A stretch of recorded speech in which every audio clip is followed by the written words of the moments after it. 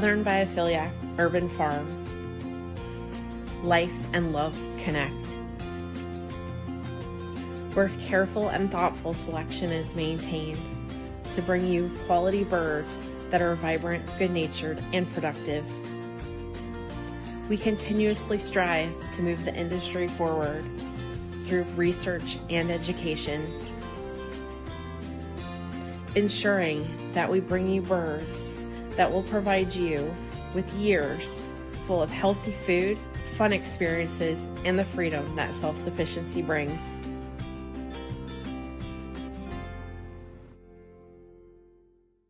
Thieving Otter Farm. We breed for temperament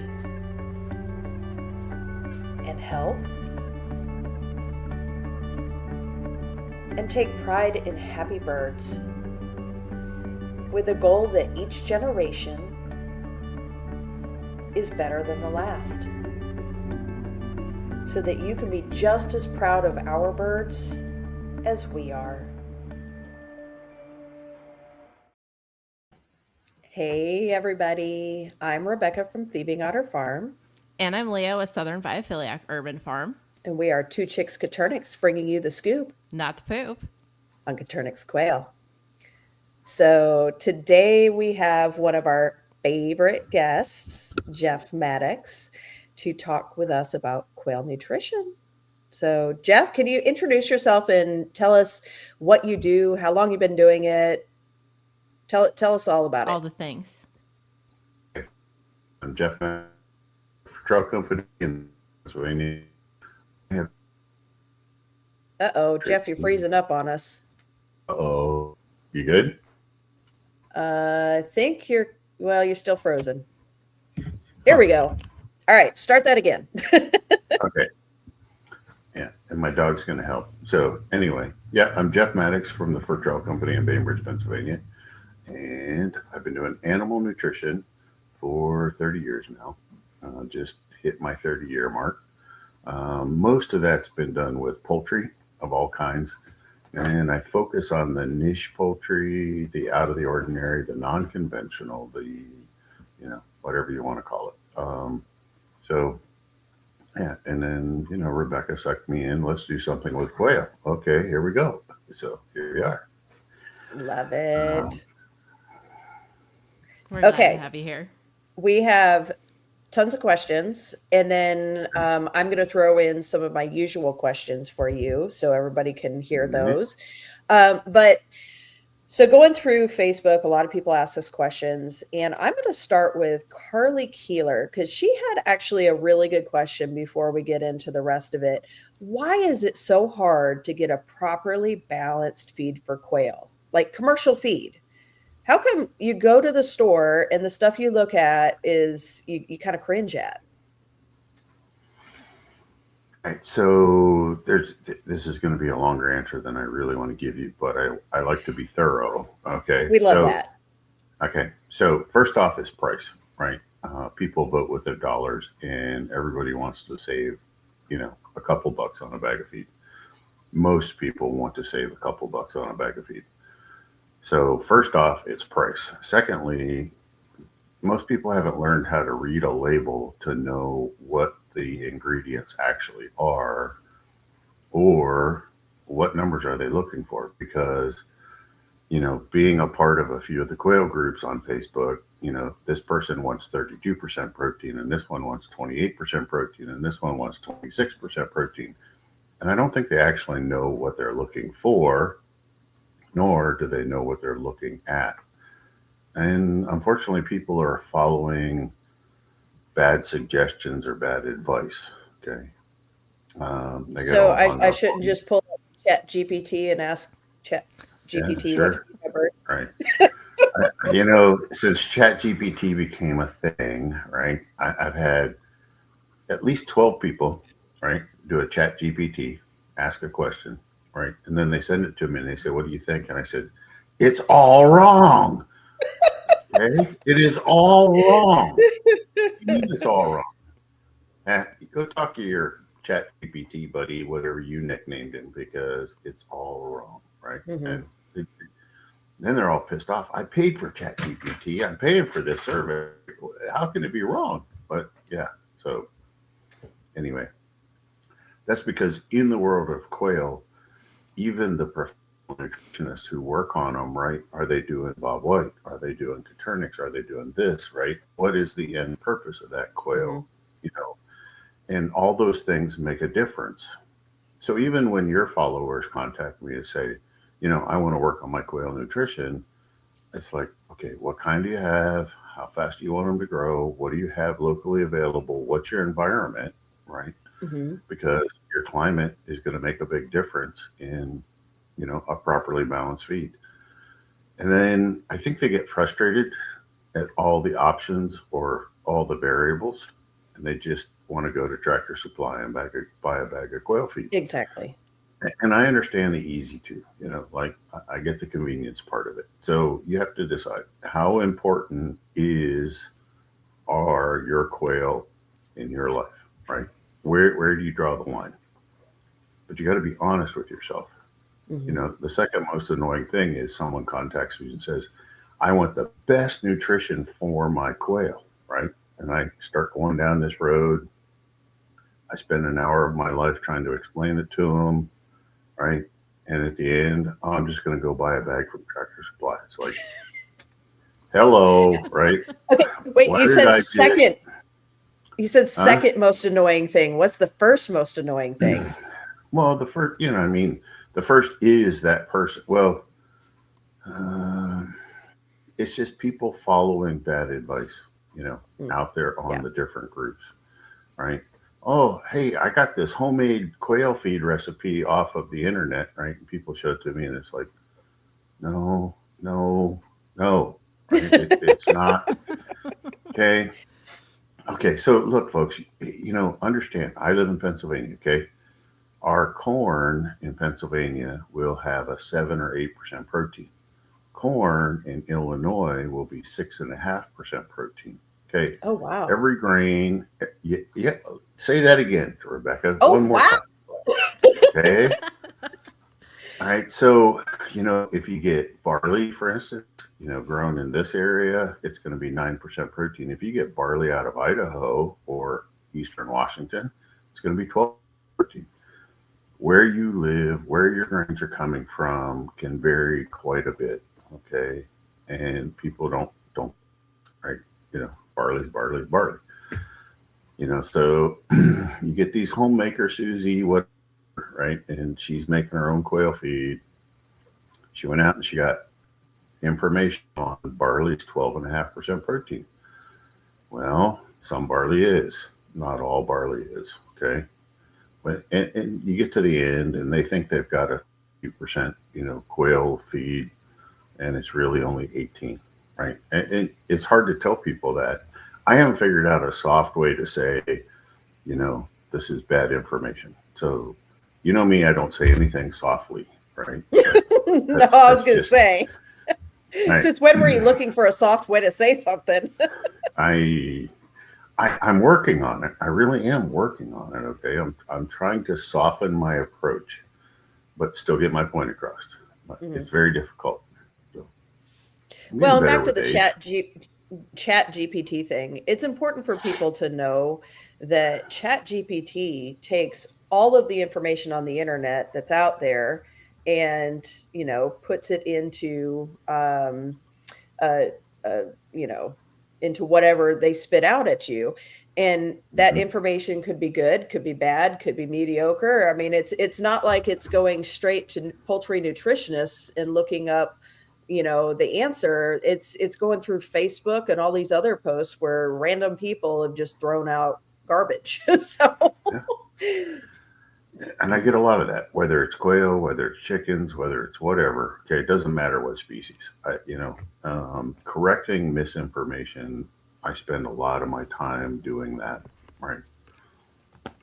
So anyway, it's, you know, one person at a time, right? You change one person at a time. Yeah, absolutely. So that's why we thank you for coming on our show, so we can talk to more than one person at a time and spread the word. And, you know, so it's helpful. No mealworms, no black soldier fly, and let's skip the black oil sunflower seeds, right? So we don't talk about those three things tonight. Promise me that, okay? So Oh man, I had like 3 questions no, about that. Me yeah. too. I can't promise you. I'm sorry. I'm sorry. Well, Okay, okay, so so let people need to decide: is their quail going to be a pet? Okay, so pet quail go in this category, right? mhm, Are they going to be something to provide protein for the family, but uh-huh. more in a homesteading situation? Or are you going to be a breeder and a seller?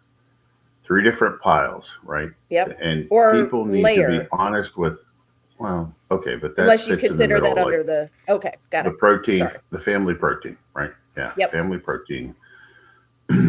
But people, I don't know. They need to be honest with themselves, their purpose, right? They need to really soul search. What am I doing with quail? Are they cute and cuddly? I want to hold one all day long. That's fine. Okay.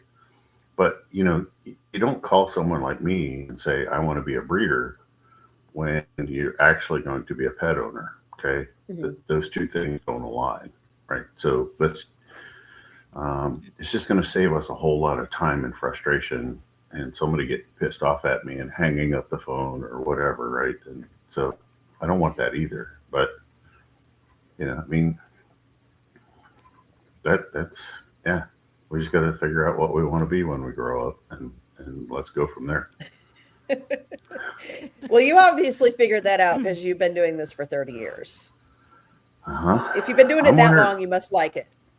Yeah, I'm wondering what's next. I mean, it's time for a new type of career, but I'm not sure what it's going to be. But anyway, it's Oh my. 61. What are you qualified for, right? It's not going to be physical labor, so I don't know. Yeah, Okay, so let's start from the beginning. And okay. With guys, if you have questions, please put them in the chat.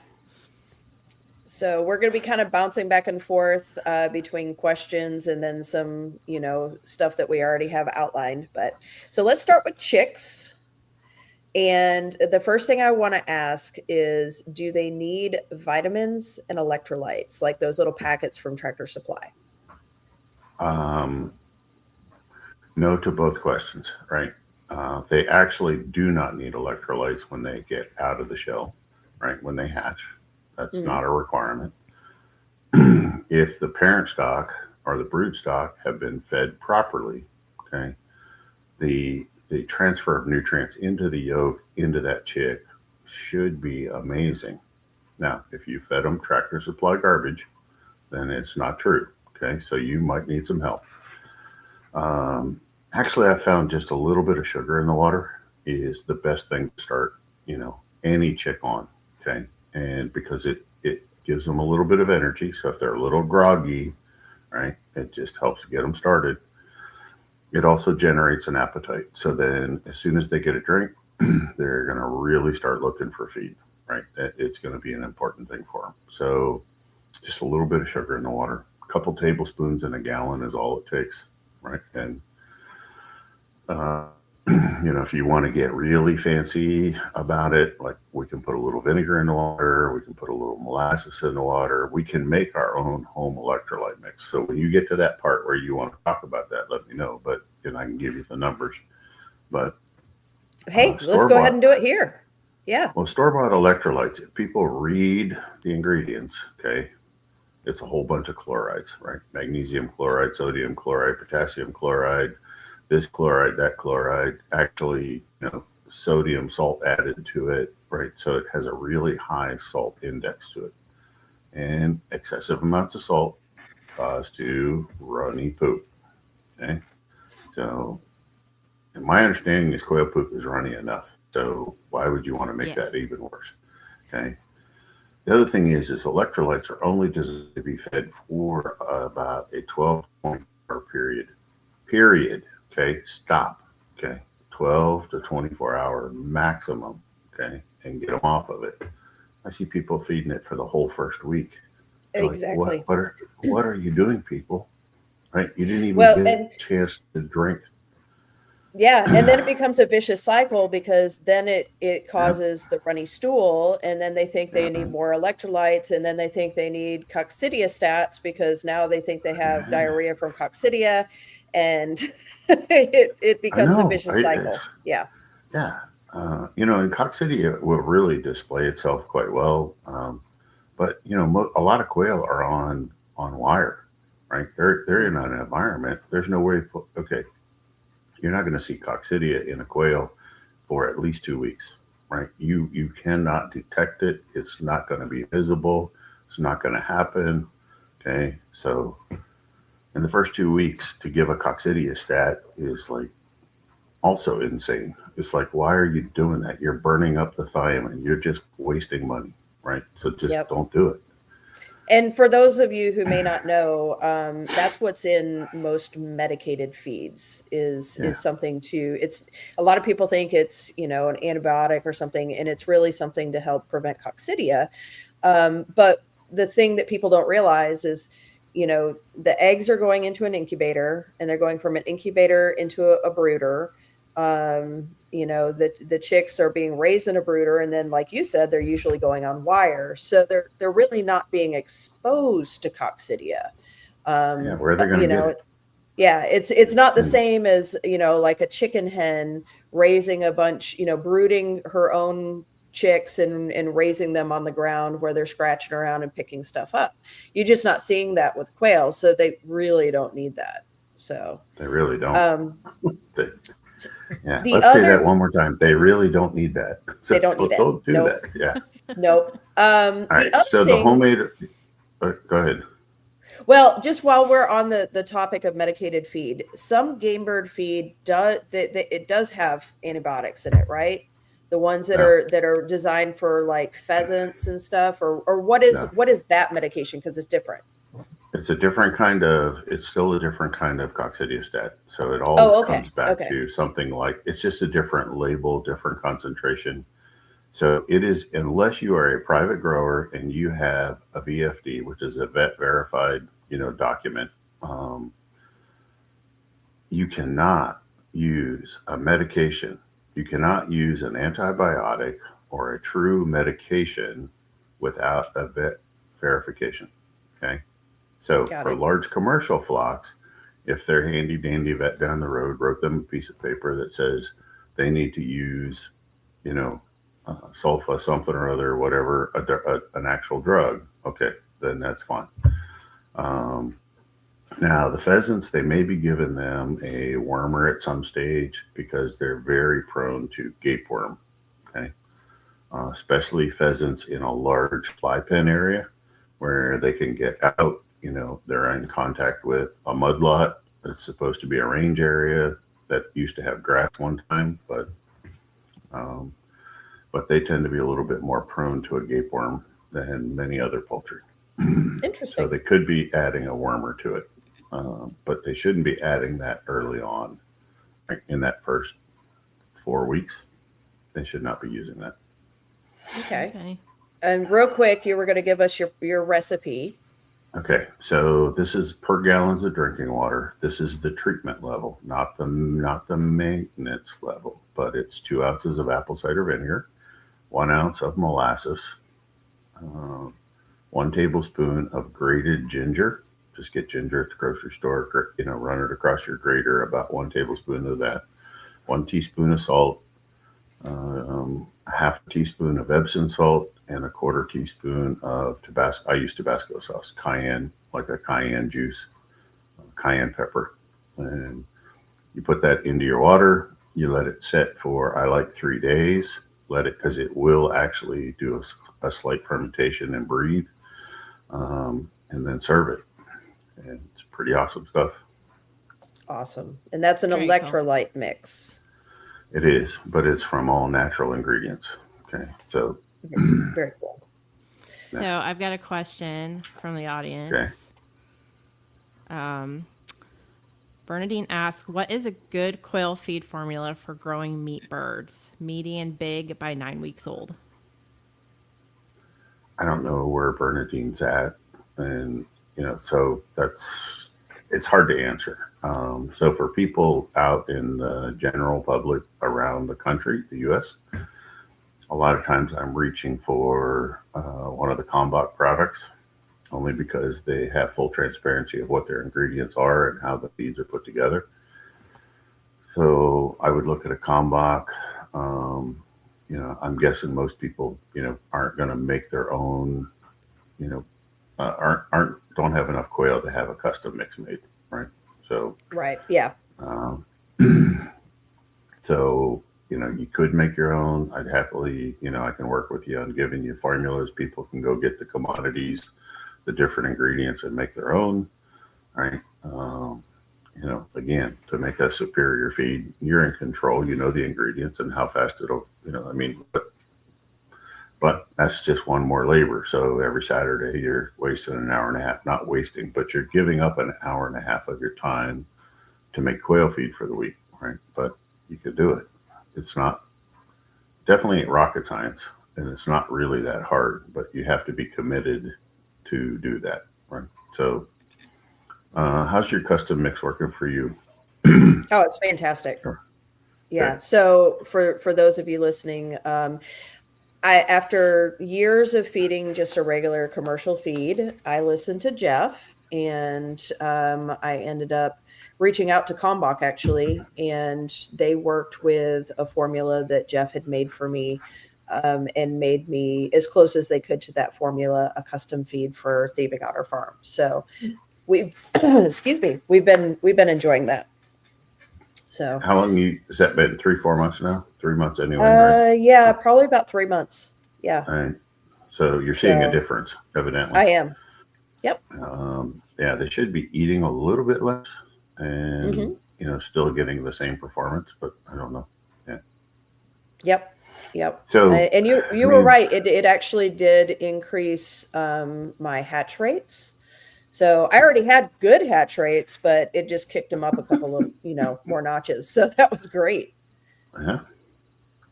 So, any other questions before we keep going? I have a few. Bernadine's in Oregon, but still, Oregon's a big state. So if she's in Eastern Oregon, I can send her to Thistle Family Farms in southeastern or southwestern Oregon. Great guy, Jesse Thistle, and he can make custom mixes. And he's actually all corn-free, soy-free. So for the people who are looking to go that route, then that's also an option. Okay. Can we put your contact information, or for, other nutritionists from Fertrell in our comments, so that way people can reach out to you if they want to do something? You can, but following this show, people need to know I will be on the road for 10 days starting Friday morning. Okay. So, right. And when I hit the road, it's 12 to 14-hour days of driving and visiting people. So I'm probably not going to respond. But just don't get your panties in a wad, as my grandmother used to say, because you didn't get the 15-minute response. Okay. So. Okay. And is it still livestock@fertrell.com? Yeah, livestock@fertrell.com goes to both me and Rachel Teller at the same time. And Rachel will be in the office most of the time. So, okay. And she'll get to you Pop as soon that as up she there. can.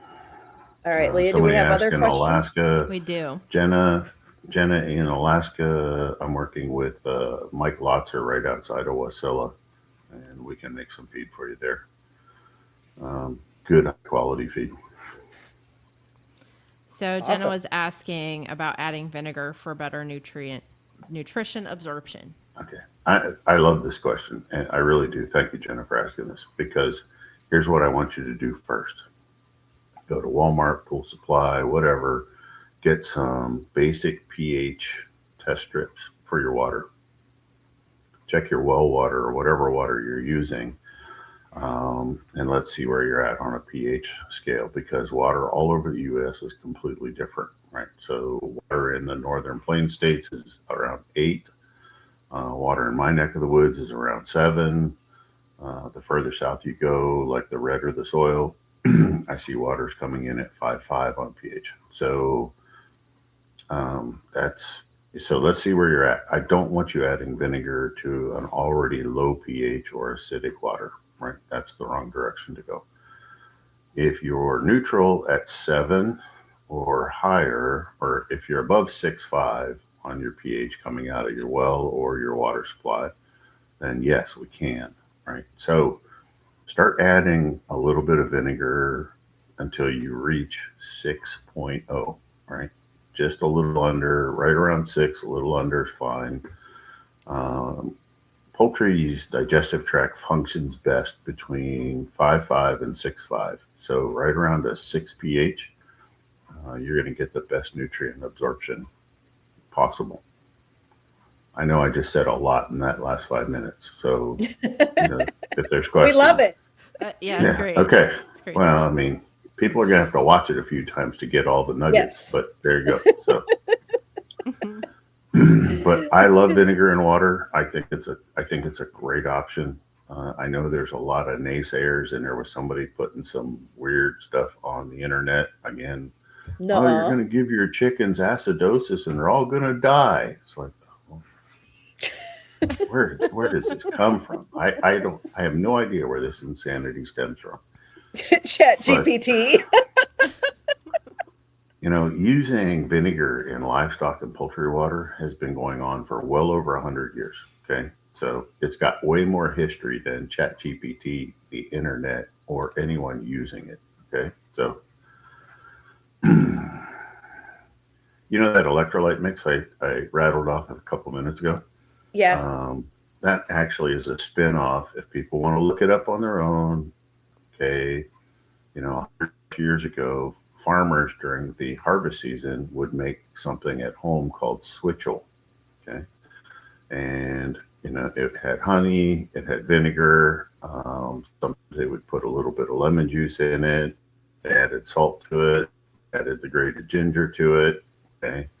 And they would give that to the men working in the fields who were sweating really hard as an electrolyte replacement to rehydrate them and give them some more energy to keep going. Okay. So I didn't make it up. This was Gatorade before there was Gatorade. Okay. It's the real deal with no artificial ingredients. So. That's great. Okay. So, I got another you got question. some more. Okay. What is the best way to increase the fat percentage? You can add almost any cooking oil.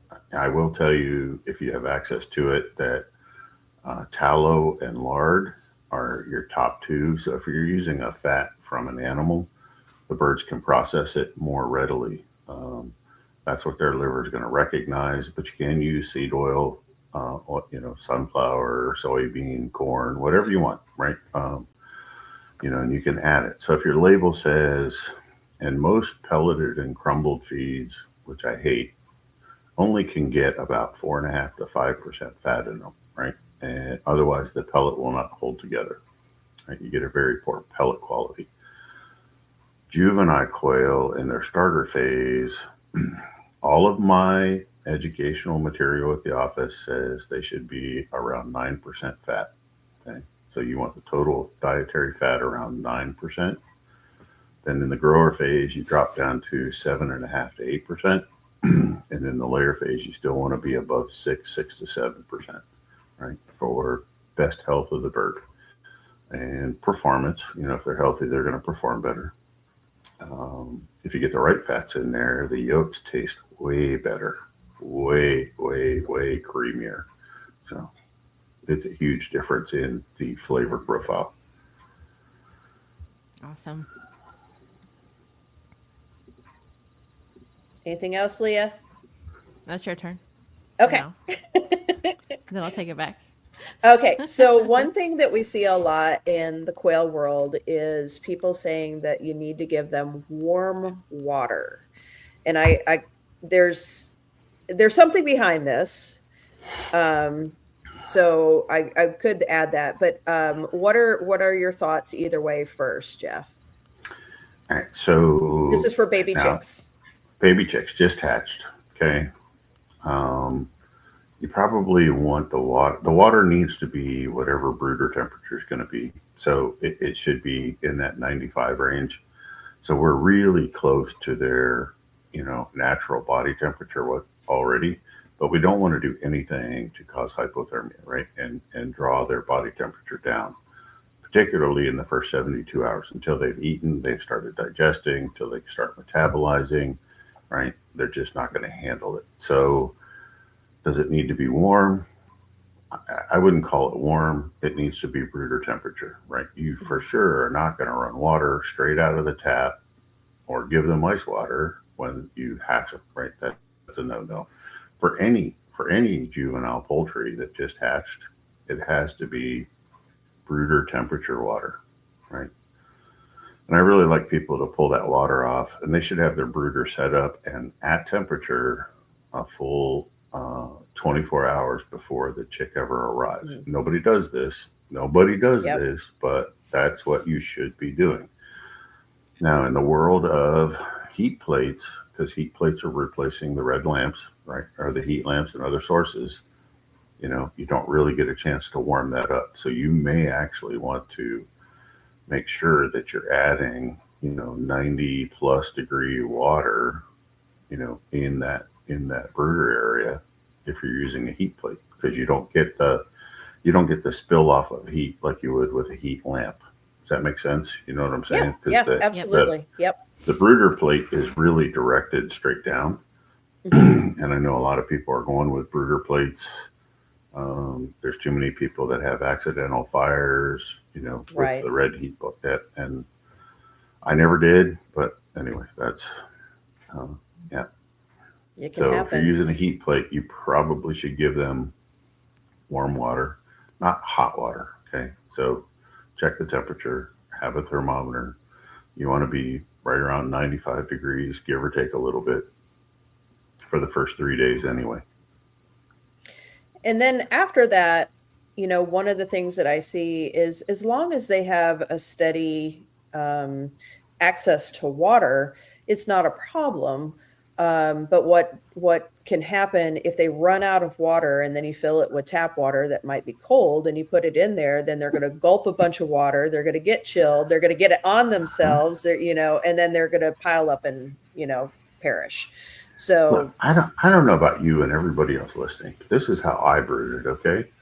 I kept a gallon or two of water sitting right beside the brooder all the time. So if I needed to top off water, I had water standing by in gallon jugs. I never draw water from a tap, right, to give to any chick until they hit 10 to 14 days old. It's not happening, right, because they can't self-regulate body temperature. So, people, this is common sense. This isn't, we didn't have to research this one to figure it out. This is just plain old common sense. Got it. Okay. Moving on. At what age, or is it safe straight from the start, can you start giving treats? What about those black soldier flies and mealworms you were talking about? But if you're addicted to giving treats, then we need to do something to compensate the feed for your addiction, right? So, like, I'm addicted to ice cream. Well, that means I have to cut something else out if I'm going to put that in my diet. So, same thing happens to the quail, right?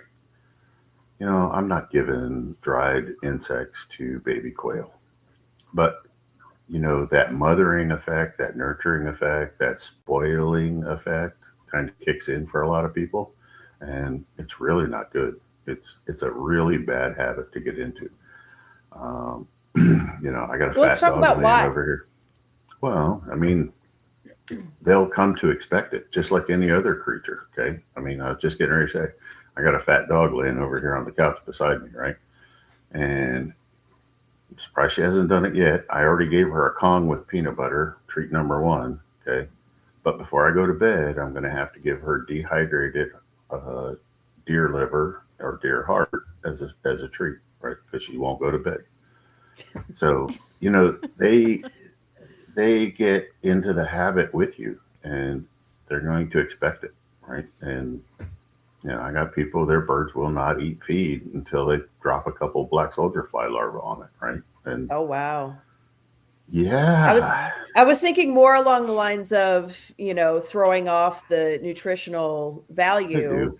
Yeah. like if you are feeding a commercial feed that may already be a little lacking, and then you're putting a bunch of lettuce in there, then Oh, you didn't talk about lettuce. I mean, I thought we were talking about bugs. oh Lettuce is yeah, no, like, I'm oh talking yeah, about no, no, any kind of treat. So then you may yeah, be cutting out a lot of their nutrients by a lot. supplying something that doesn't really have any nutrients. Yeah, even if you're not giving like the cheapest feed you found at Tractor Supply or the feed store, right? So listen, the protein value of lettuce, all greens, okay, all produce, all fruit and produce is between 3 and 4% protein. So you are now diluting every morsel that they didn't eat of their feed. You've just diluted it by a lot. Okay. So you're slowing them down, even though they ate it like crazy. Okay. You're throwing them backwards a lot. So treats should never exceed 10% of their total daily intake. Okay. Which for a So little baby chick is a it's minuscule nothing. amount. Yeah, Right. it's not Why much. why do you even want to start them on that? I mean, look, if you got a newborn child, are you feeding it lettuce and all this other stuff at day one? No. Okay. So, again, just a lot of common sense. But people need to think it through. And they go with their heart, Mhm. like they want to do this, or they read it on the internet. Oh, do this, right? Well, I think a Don't lot do of that. it is, for humans, eating healthy is eating fruits and vegetables and stuff. And I think that sometimes people think they're doing really good by feeding them those things. They don't Yeah. realize that they may not have the nutritional requirements that they need. So I think it's all from a good place. They're just not It is. understanding. Yeah. All right, but they need to back up even further. And if you start looking at quail in the wild or where they were actually derived from before we started playing with them in captivity, okay, the primary diet is insects and some grains, seed, from grasses and different things like that. That's it. That's their diet, right? Bugs, you know, mostly insects is really what they scavenge. It's not. Hmm. So it's a pretty high protein diet, and that's why quail feeds are pretty high protein. And there's very little protein. If someone sat and observed quail in the wild, they don't eat a lot of grass. They don't eat any grass. It's not part of Right. their diet. Okay, so why do we want to, you know, uh, why do we want to do that in a confined setting? But I don't know. People, sometimes people just don't think that way. So I'm This is true. unusual. Yeah. Yeah. So you mentioned protein. What are the protein requirements for a baby chick, baby quail chick? Depends on whose philosophy you follow. I start a lot of quail on 26%, as long as my amino acids are right. And I'm using meat proteins, things like that. A lot of the, quail starter or game bird starter feeds don't use any meat type protein, and you'll see stuff at 32% protein, and they're overcompensating to get those amino acids versus, balancing the feed correctly. Okay. So that's just what's happening. And people really shouldn't focus on the protein number. Yes, it's important, but it's not the most important. Like if I've got a 26% protein, it has a meat protein in it, so it gives it the aroma that's going to attract the quail to it. And it's also more highly digestible. And I'm hitting the amino acid levels like a baby chick, baby quail, minimum lysine is 1.65%. Okay. And that has to be on a tag. So if you see a feed that doesn't have lysine and methionine on it, it's not a legal label. In the United States, it does not meet the criteria of being a legally labeled feed. Okay. So 1.65 is the minimum. Ideally, you want a 1.8, 1.9 lysine. Again, depends on what kind of quail you're growing. And you need a methionine level of about zero point 0.7 to 0.75. And I see a lot of them out there because methionine's expensive. They're hitting 0.6, 0.65, right? So it's going to slow down their feathering. It's going to slow down their metabolic development of how their internal organs and their bodies, fill out. So, sometimes you do get what you pay for. So it does pay to look at those labels. So But going 26%, okay. Going back to that original question that we started out the show with from Carly, why is it so hard to get a properly balanced feed for quail? We covered that, but okay, so if the commercial feeds that are out there are not super fantastic, and it's hard to find one that actually is, what can you do to make it better? again, somebody's got to send me a tag so I can read between the lines. I can see, the quality of the ingredients, and then I can make a better suggestion. But, there's a couple of supplements out there. You've used mine, right? My shell breeder, and that's a fish meal protein. It's 50% high grade fish meal, but not just fish meal. So I don't want people to.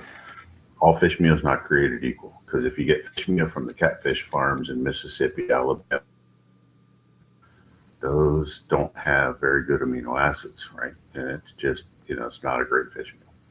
So I actually go to Mexico.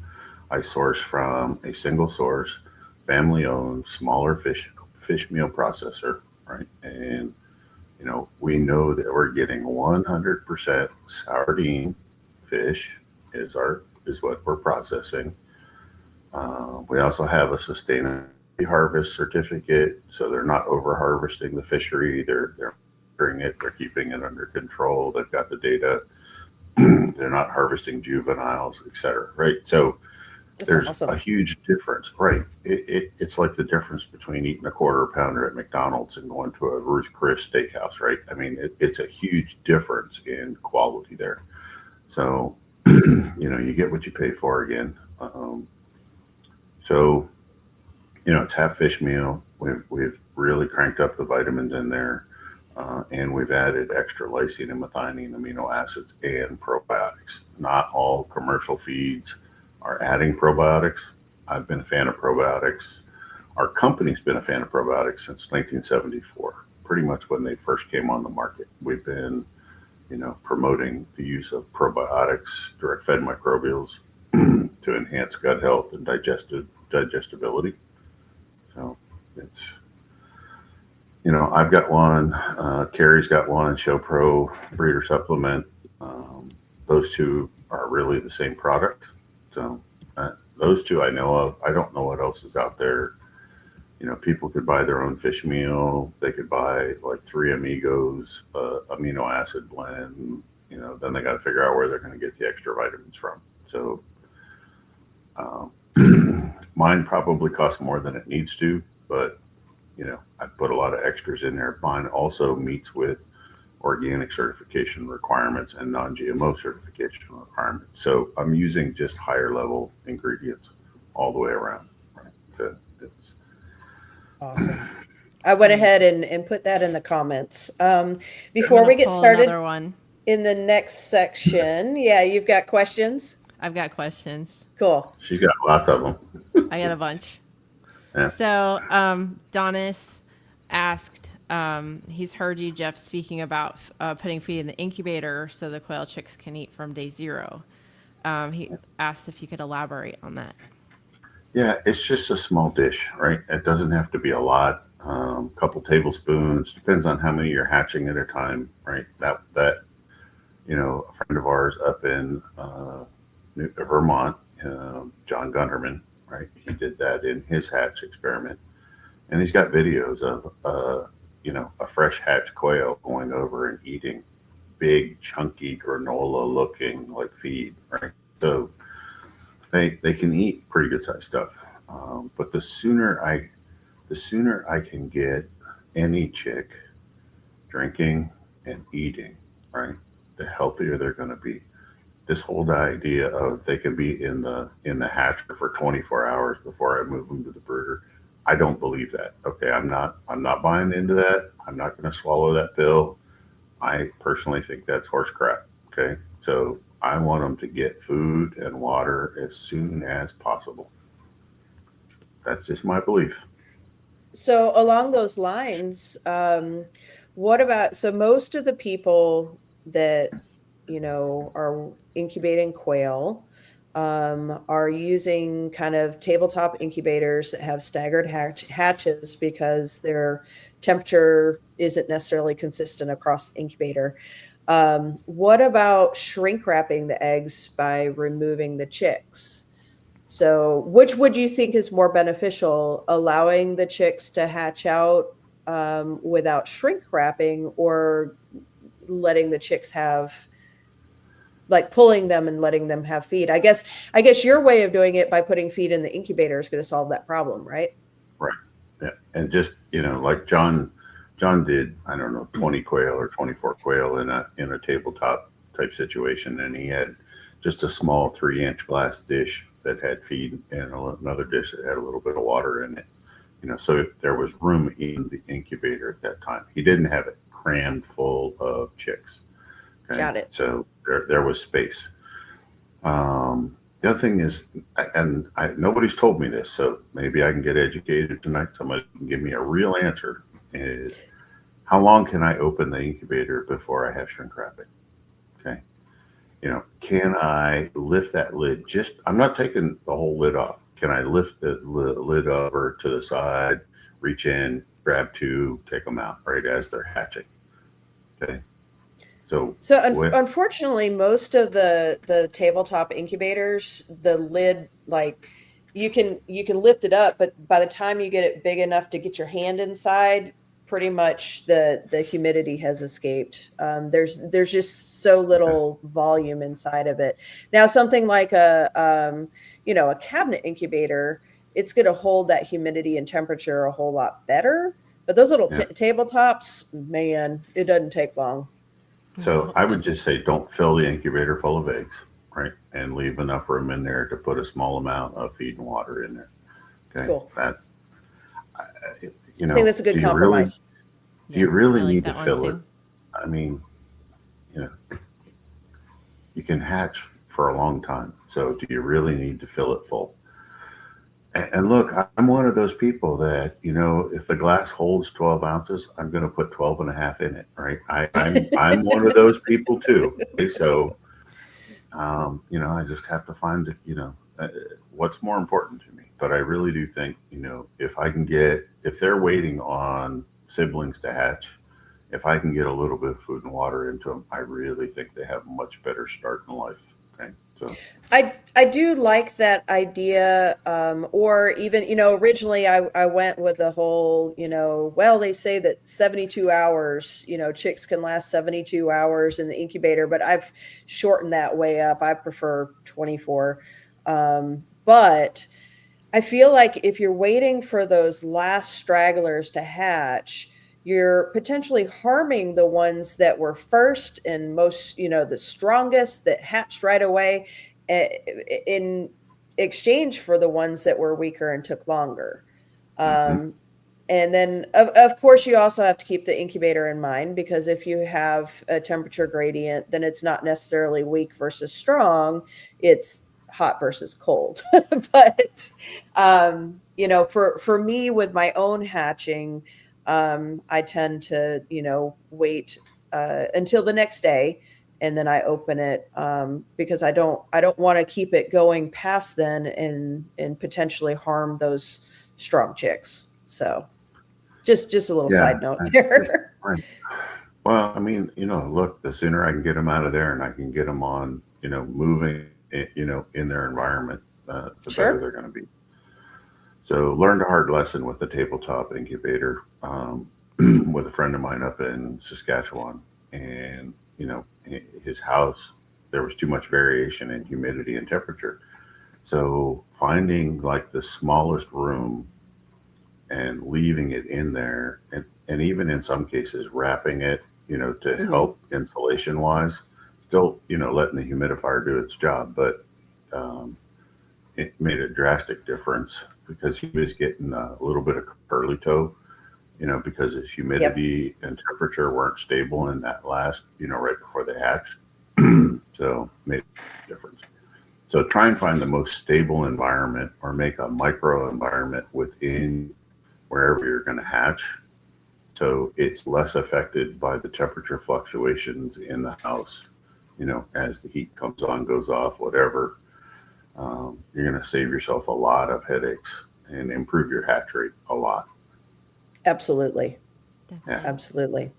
Leah, if you got anything else before I've got a few. Okay. All right. Oyster shells or calcium carbonate? I'm going with oyster shell, and here's why. It is pre-digested calcium carbonate. So the oyster has filtered out calcium in the ocean, passed it through its digestive tract, and reapplied it as shell. And what happens, it's a natural form of chelation, meaning that calcium will be more easily digested than ground up rock. Okay, calcium carbonate is a mined product right out of the ground. So it's basically taking limestone, crushing it down, making it the right size. So oyster shell to me is by far better. Cool. Awesome. And along those lines, can you have too much calcium? Like, let's say you're feeding a layer feed that already has calcium added to it, and then you add oyster shell or crushed eggshells. Can you have too much calcium?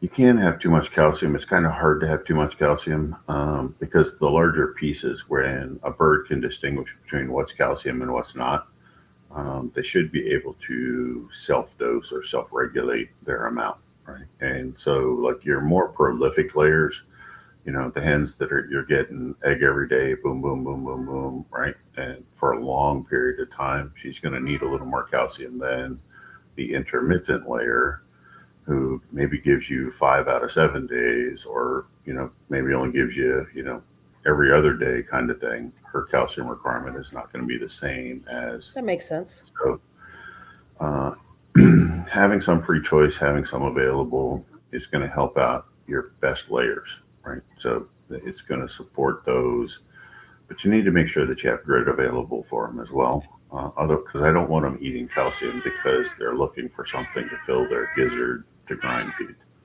So, Okay. And sorry, I have a so vocal. your was cat about to always makes ask. at least one appearance. It's been that way Okay. since birth. So we should add that oyster shell is not grit. It is not. So it's considered soluble grit in the fact that it breaks down very rapidly. Like it usually breaks down in a 24 to 36 hour period in the digestive tract. Whereas insoluble grit that comes from granite, if you get the good stuff from Vermont, will stay in there for weeks, right? Because it just breaks down so slowly, and it doesn't offset or change the overall diet or the calcium content. It doesn't bring anything to the table nutritionally, right? So it doesn't throw anything off. But yeah, all birds need stones. Yep. Every bird in the world needs a stone. Sand from their sand bath is not grit, right? It's big enough when they're chicks, if it's clean.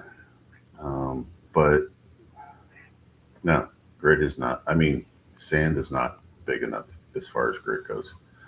So they're looking for a stone piece as big as the crumble they ate or the pellet they ate, or like the biggest chunk that you see them consume. That is the same size stone that they're looking for. Now, in most cases, you can get by with chick starter grit, but actually, your mature, larger quail varieties are going to want a grower grit, which is close to 1/4 of an inch. It's getting close to the same size as a kernel of corn. Wow. It's about the size of popcorn, right? So that's a really good size to compare to. But they need it. Okay. It's important. It's important for health. Awesome. And then next question, plain vinegar or apple cider vinegar? Well, sorry.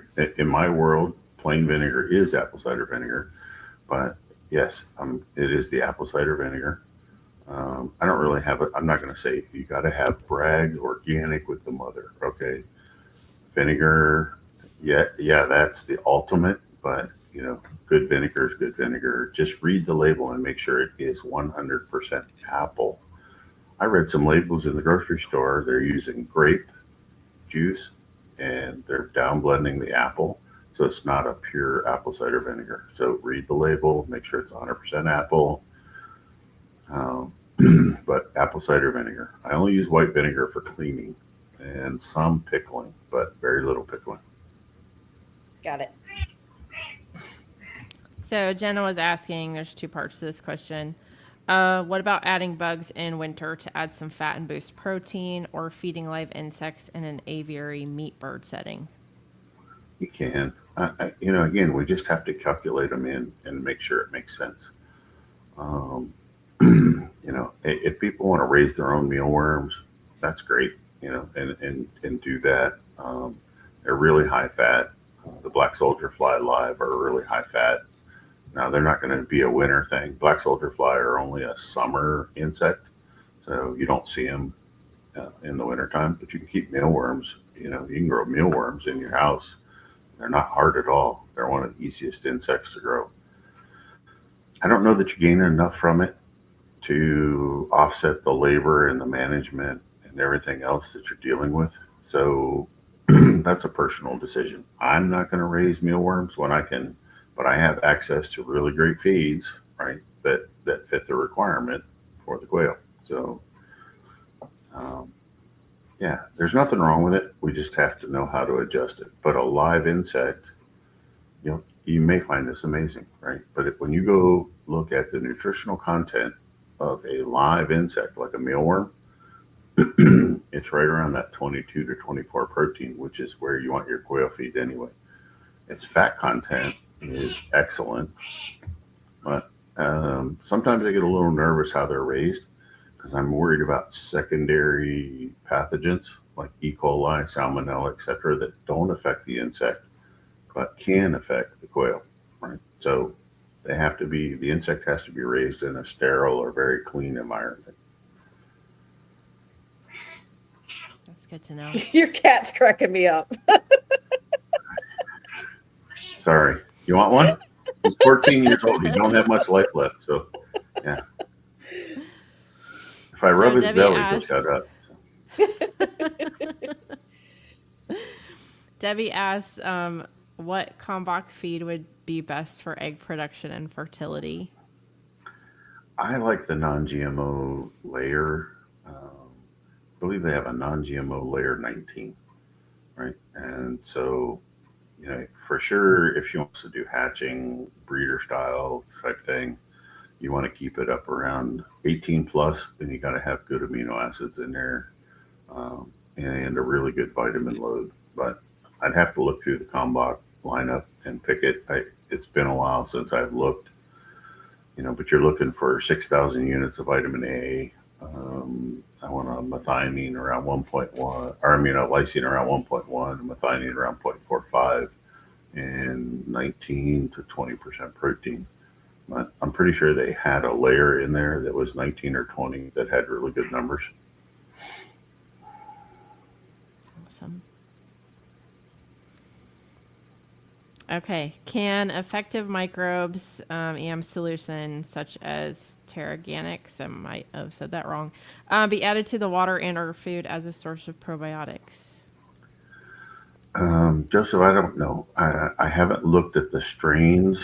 The EM solutions that I'm familiar with, which used to come from Elaine Ingman, she originated the company like EM1, 2, 3, etc. 4.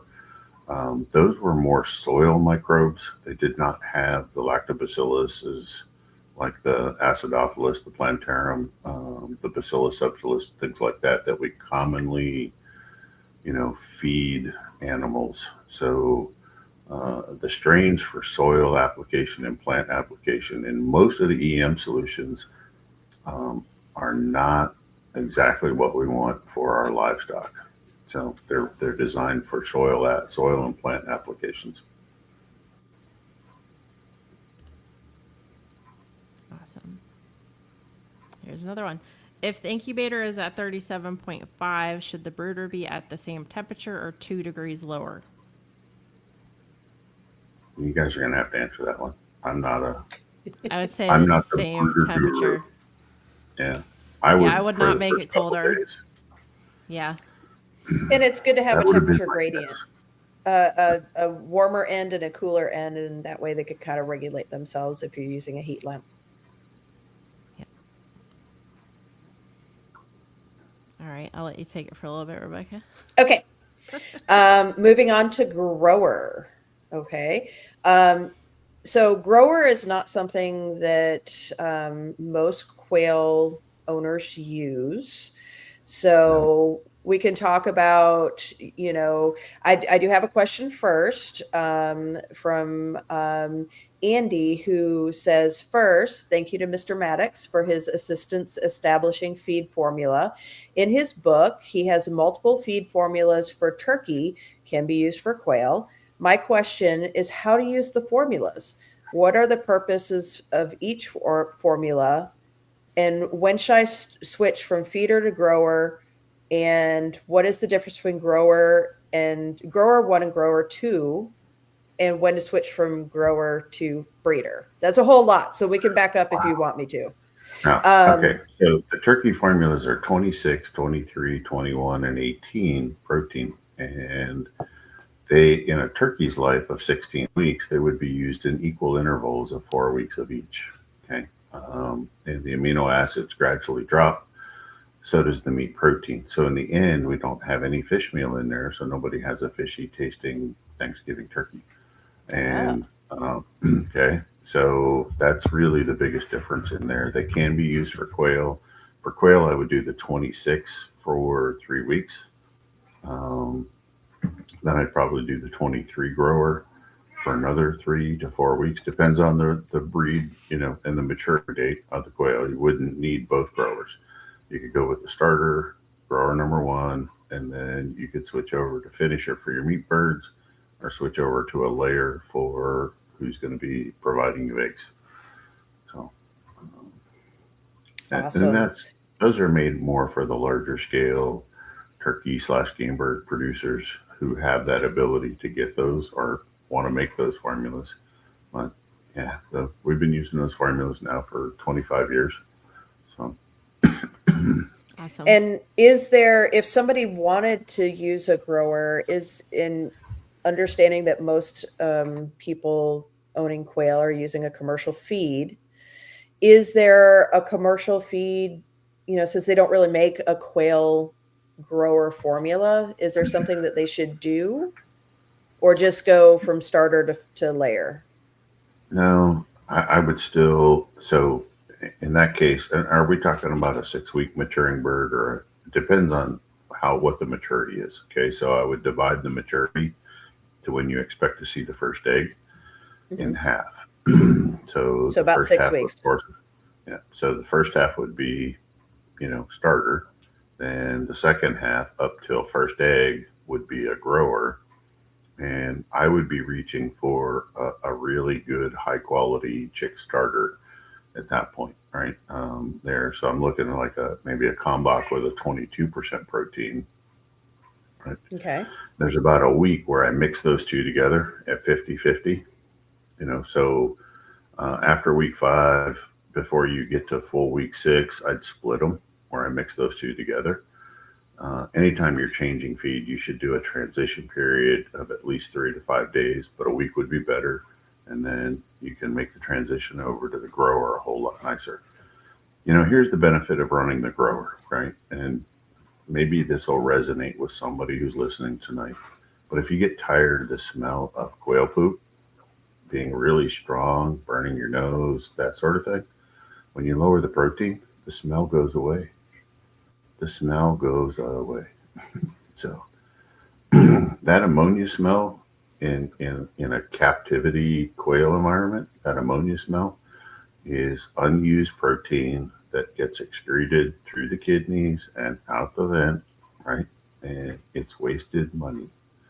Let me just say it that way. It's wasted money. Okay. It's your money. So is it just that their growth is slowing a little bit, so they don't need the amount of protein that they had before? No, their feed intake increased that much more. Okay. When they're very little, they don't eat much. So every bite has to count for more. Okay. Every bite has to be more. When they get older, they turn into little pigs and they eat like crazy. Okay. I noticed both of you laughed simultaneously because you know what I'm talking about. There's this magic age. There's a magic age when all of a sudden, man, they turn on the afterburners and they go, right? And so at that point, because their consumption level goes up drastically and their growth spurt goes with it, then, we don't need as much protein in there. Okay, we measure protein in percentages, okay? Percentage doesn't mean anything to your quail. How many grams of digestible protein is that bird getting every day of its life? It values protein based on weight, not on percentage. Humans aren't that smart, so we're not figuring out the weight part of it, right? So we just use percentages as our, but yeah, when those afterburners kick in and you notice that feed consumption just doubled like overnight, what happened, right? And you start to notice more ammonia smell in the barn, okay, it's time for grower. There's your sign. What was that, Bill Engvall? Here's your sign, right? So. Awesome. Well, finally, I've been listening to you talk about grower for so long. I've never known that reason. That's awesome. It's just wasted money. I hate to see anybody waste money unnecessarily. Actually, I don't care about your money. Let me back up. I don't care about your money. What I care about is unutilized protein that's getting processed through their kidneys does damage, right? And all that excessive ammonia smell does damage to their respiratory system. So I'm working for the animal. I'm not working for the people. Sorry, but that's the truth of it, right? I want them to have a nice, healthy, happy life. Sounds good. Awesome. All right, Leah, what do we got before we go to our next topic? All right. I think I got a couple. For meat birds, would you suggest feeding them something special the last week or so before processing to fatten them up? Bernadine, if they were my quail, okay, the last 10 to 12 days, I would offer them all the free choice wheat they want to eat, okay, in another feeder. Just let them have at it. Make sure you have grit in there. Just let them free choice wheat. Let them decide whether they want the grower feed or the wheat. They'll figure it out. But it puts this really nice, white, soft, translucent type fat on the bird that is much sweeter than a corn fat. Okay, so it's going to change your flavor profile. It melts off really nice. It goes right into the meat of the bird. It's going to change the whole eating experience. Yeah, so I would use whole wheat.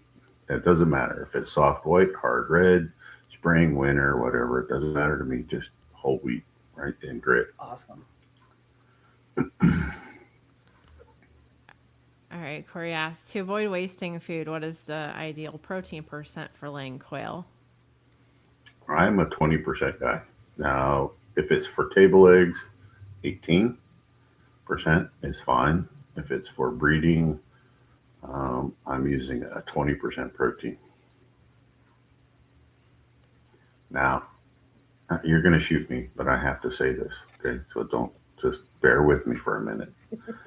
Okay. I'm not fond of overfeeding or free chase food. And you're going to say, if their feeders run empty, they start killing each other. And, okay, so try adjusting the lights to 25 to 30 lux. Okay. A friend of mine in Kansas just ordered off of Amazon a light meter like a professional photographer would have. Okay. And he's measuring his lux.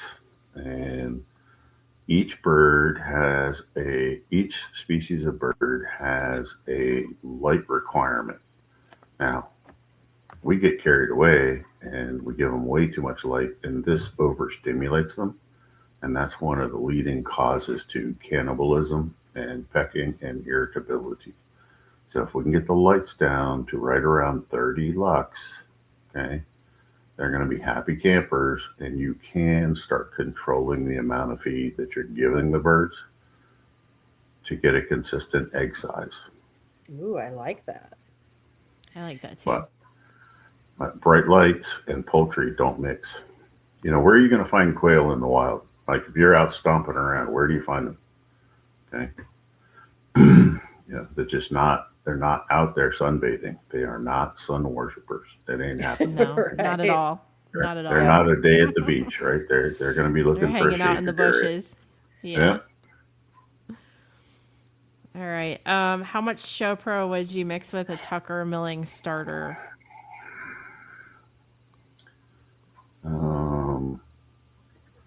The standard mix rate is 1 rounded tablespoon for every 1 pound of feed. Okay. I haven't looked at a Tucker starter tag in a while. I think they offer a couple. So I'd have to look, but I'm pretty sure they're putting a 22% out there. I'm not a Tucker fan, so I just need to say that out loud. They're at the bottom of the ladder, in my opinion, for feed. There's some reputational type stuff that I'm not going to go into here. I don't want to get sued for slander, but they're just not very high up on my list as far as quality. So. Okay. Back to you, Rebecca. Okay. So, I want to go back to the lighting thing. Along with the 30 lux, I know that there have been studies on the color of the light used. Do you have any input on that? Yeah. So I know you would. Growing. The growing birds, when they're young, juveniles, until they hit maturity, okay, they thrive on the blue-green spectrum of light. Okay, that stimulates growth, appetite, development, things like that.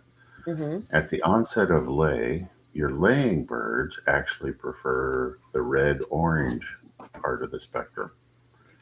Okay, so that's when you want to switch over. If you're going to get an adjustable color like light, or if you're specifically targeting, like your grow out pens should be in that blue-green spectrum.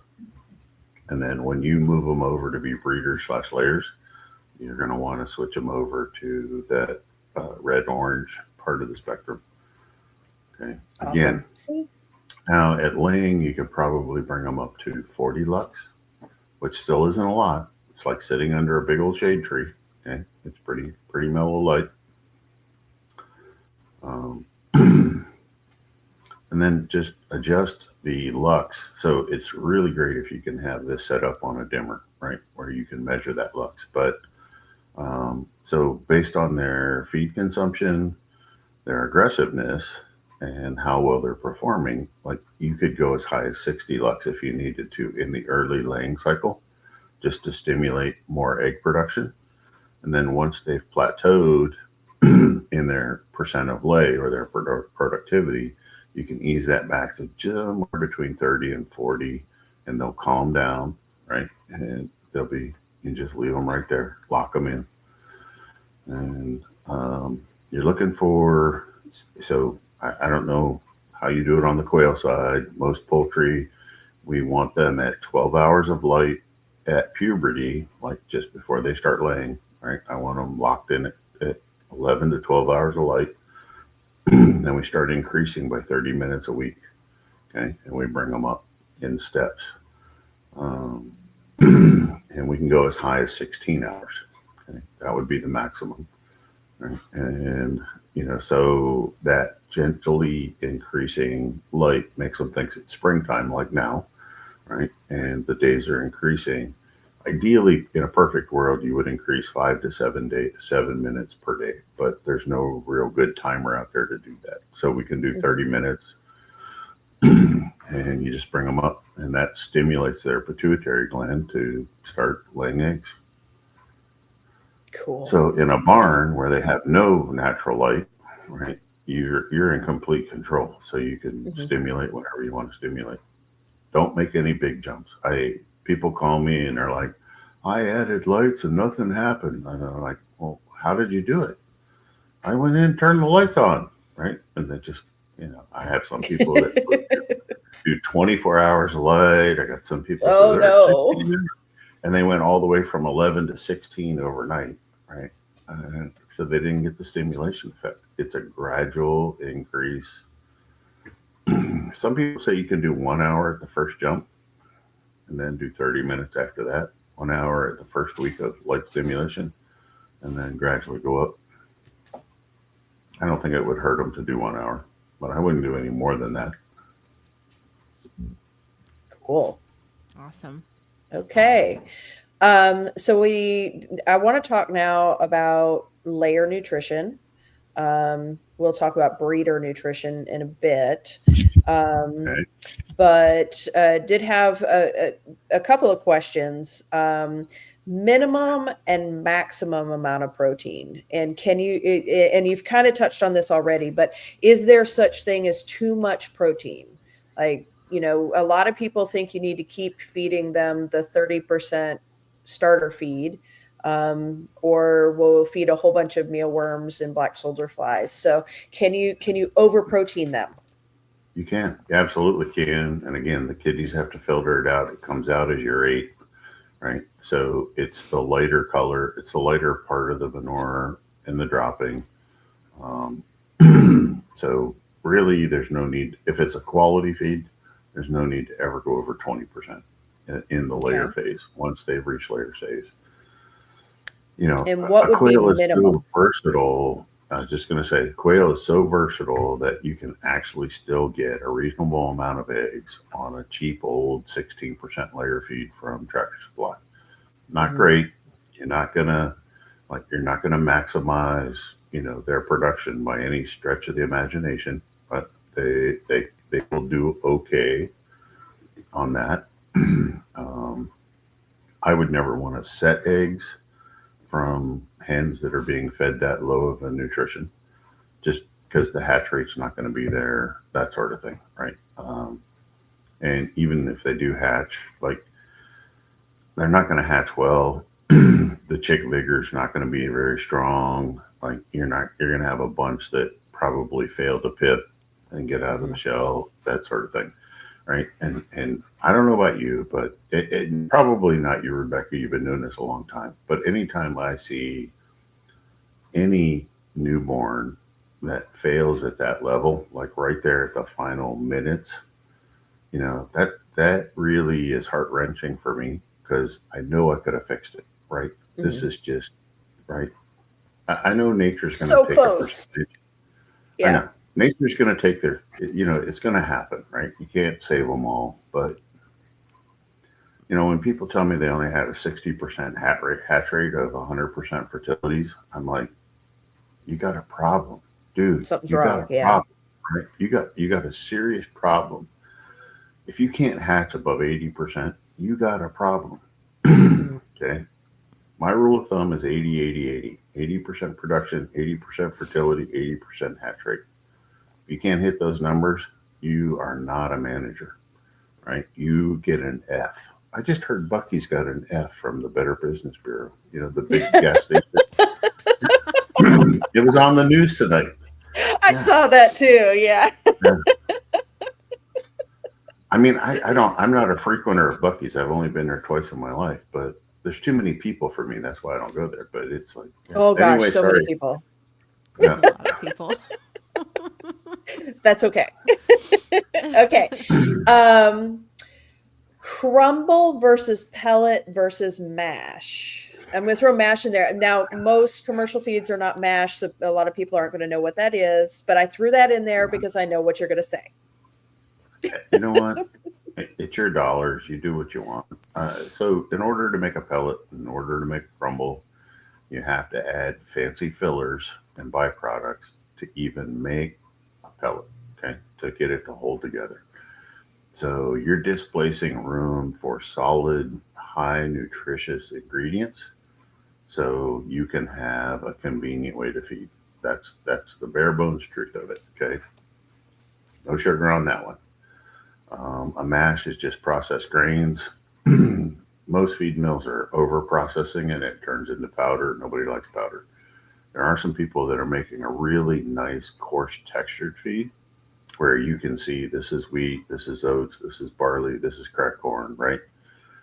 There's not many of those on the market, but there are some, and that's my preference. So to make a pellet or a crumble, they have to really grind the grains to powder, right? And then they push it back through a machine that forms it into a pellet. Well, I don't get a lot of gizzard. There's not a lot of requirement for the gizzard to work, okay, when you feed a pellet. So gizzard size will be smaller. Now, think about this for a second, right? The gizzard is the largest single organ, or should be, inside that quail. Okay? Every time it contracts and releases, contracts or releases, it is also pushing blood around inside that circulatory system. So, in a way, it's aiding the heart in keeping blood flow moving at a more effective rate. Does that make sense to you? Did I? Yeah. Okay. But if you don't feed grains and you don't feed grit, the gizzard gets lazy and it doesn't have to sit there and contract and release, and do its job as much, right? Years ago, we did field trials with commercial broilers, right? So we got a pasture raised one that was fed grit and real grains and the whole bit. We got some out of a barn, that were commercially raised on a pellet that didn't have a life, right? They just were meant to go to the supermarket shelf. We laid the gizzards down side by side. The bird that was out chasing bugs, eating grain, getting grit, the gizzard was literally twice the size as the gizzard in the commercial barn. Same breed, same bird, same age. Okay, not making this up. Twice the weight. So, Wow. yeah, that's why, making that gizzard work is a good thing, right? So, you can't eat baby food your whole life. And basically, when you feed a pellet or you feed a crumble, you've got something that's been pulverized down to a puree, almost like baby food. And, but look, your bird, your choice, your money, right? So, you do what you got to do. But for the health of the bird, a good coarse textured mash is going to always win in health and performance. Okay. I had several people ask this question here. So I'm just going to kind of combine the question into there are some feed bags that have a warning on them saying don't feed this layer feed to males. Can you address that? Yeah, just too much calcium. So the hen lays an egg. She gets rid of calcium every day. Okay, the rooster or the male has no place to go with that calcium. So he ends up getting what we call gout because that extra calcium interferes with the processing of urate through the kidney, and it'll end up basically giving him kidney stones or calcifying the kidney so he can no longer process proteins correctly, and he'll end up pushing that off to extremities, causing things like gout. So males don't need all the extra calcium. Back to the oyster shell. So if you fed a 20% feed and you threw handfuls of oyster shell in there, the males don't have to eat it and the females can peck it out, right? And it's in there and everybody's happy, right? But when you put it into a crumble and it's part of a formula, the male cannot eat around that that calcium because it's in every bite that he takes. So with that, most people are, they've got their males in with their females and they're feeding a commercial feed. how long does this process take? You know, most people, if you're a breeder, you're replacing your males in, 10 to 11 months. Are they seeing the effects of that by then? Not usually. You're not going to see it. It'll take close to a year before you're going to see it. I was going to say it depends on the feed, the level of the calcium, and the type of calcium being used. You could see it. Like I see some layer feeds with 4.5% calcium, which is way too much. Like a quail layer feed should be 3.2, 3 to 3.2. But most commercial feeds out there are 3.5 to 4.5. And let me tell you, putting calcium in a feed is cheap, right? And it looks good on the label, right? You think you're getting more for your money. You're not, right? You're working against yourself. Too much calcium is just as bad as not enough calcium. So if you're selecting on the lower end of the calcium scale, like I said, 3 to 3.2, somewhere in there for your minimum, your male is going to make it that year. But some people will rotate in males, in and out, so they get a chance to, they can eat a feed without the calcium, put the males back in, let them do their job. Because, the female can hold the semen for sure 14 days. And if she's in really good health, she can hold it for up to a month, right? So the males don't need to be in there 100% of the time, right? And a little bit of separation is not a bad thing, right? So if your male's a little bit lazy and his activity level isn't what you think it ought to be, separate him out, put him in another pen for a little bit, feed him a nice clean feed, bring him back in a week or so. He knows what to do again, right? So, a little time apart is a good thing sometimes. Sounds good. Leah, do you have questions before I move on to some of these? Let's see. This one's not a nutrition question, but Jenna asks, besides the shade cloth, is there any other suggestion to lower light in Alaska's 24-hour daylight, or what percentage of a shade cloth? Yeah. Jenna's in a tough life situation up there. I mean, Alaska is awesome, but, so you're looking for a 70, 80% blocking type shade cloth. Jenna, if you can find it, right, they make a green shade cloth. Now, they use this as a privacy barrier for people that raise deer in captivity, right? So people driving down the road or whatever, they can't, the deer don't get spooked from what's outside the pen. What's outside the pen doesn't see the deer. So they make a green shade cloth that would be exceptional if you can get your hands on that. And that would be about 60% blocking. But when the light comes through the green, it gives it that green casting. And green is the most soothing color or calming color to most creatures' eyes, right? So sitting in a sea of green just naturally calms pretty much any animal out there. So I would look for the green, but you're targeting 70 plus percent blocking is what you're going to be looking for. Yeah. You just have all the answers, don't you? It's pretty amazing. I've been doing this too long. That's why I said I need to change my career path or something. No, you're too good at this. I don't think we've ever had a question you couldn't answer. It's been great. We have not a lot, but we've had a few. So anything else, Leah? We just had a question pop up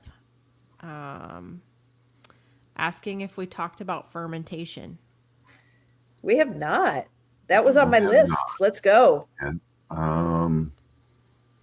fermentation's fine. It doesn't do everything that, people on Google tell you, like it's going to cut your feed bill by 50%. It's going to increase your productivity by whatever. A 3-day fermentation is pretty good. Now, there's rules to fermenting, and this is where people lose sight of this is you need to start with a cleaned, sanitized container bucket. So between uses, at least using something like hydrogen peroxide or white vinegar, sanitize the bucket. Once you start the soak, then you need to keep the bucket covered. It needs like cheesecloth, old pillowcase, whatever you choose. Okay. And you should, the best fermentation I've seen is a friend of mine would transfer between buckets every day. So basically, he was turning it, like he would dump this bucket into a new bucket, right? And the next day he would dump that bucket into another bucket that had been cleaned. So it gets a better aeration throughout the mix, right? And we get a really good fermentation. But it's got to be started in a sterile environment, should be kept in a sterile environment, and it needs to have a cover that breathes. Like I said, cheesecloth, old pillowcase, something like that. I see too many people doing it out in the feed shed. They do it, they don't cover it. There's a lot of things that can go wrong. I'd prefer if you're using a feed that already has probiotics added to it, because those should be the bacteria that start growing, and they lead the fermentation and take out the space for bad things to grow. So I'm not opposed to fermentation at all. How do you, so Jen asked, how do you avoid the alcohol in the fermented feed? You just don't let it go too long. Sorry. That's okay. And as far as like just wetting feed, because that would be another thing, you have to be careful with that as well. Especially a lot of people want to wet feed for chicks in a brooder. And that, high carbohydrate feed with heat and moisture can cause trouble pretty fast if you're not careful. You can only leave it in there for 24 hours, and then you got to get it out and replace it. So doing a small amount is fine, right? And I understand, and birds actually prefer a wettened feed anyway, especially if it's got a lot of powder in it. That's one way to reuse your powders is, at the end of the week, you gather up the powder they didn't eat, put it into a small bucket. You can add a little bit of milk to it, just water. I like to use a little bit of molasses water. So I put about a teaspoon of molasses in a quart of water, mix that up really good, and then use that as my wetting agent. And the smell of the molasses will draw them over. They'll clean it right up, right? Not a problem. So just tricks to the trade that you learn over the years. But yeah, don't throw your powders away, and don't get frustrated by your powders. Powders are going to happen. So as far as the fermentation, you had talked before about studies that had shown that there wasn't, you kind of briefly touched on this before, but not nearly the benefits that we thought, right? We actually did the field trial at Fertrell because I needed to know, right? And so we ran side-by-side batches of broiler chicks, broiler chickens, and one got dry feed, dry mash feed, powdery stuff.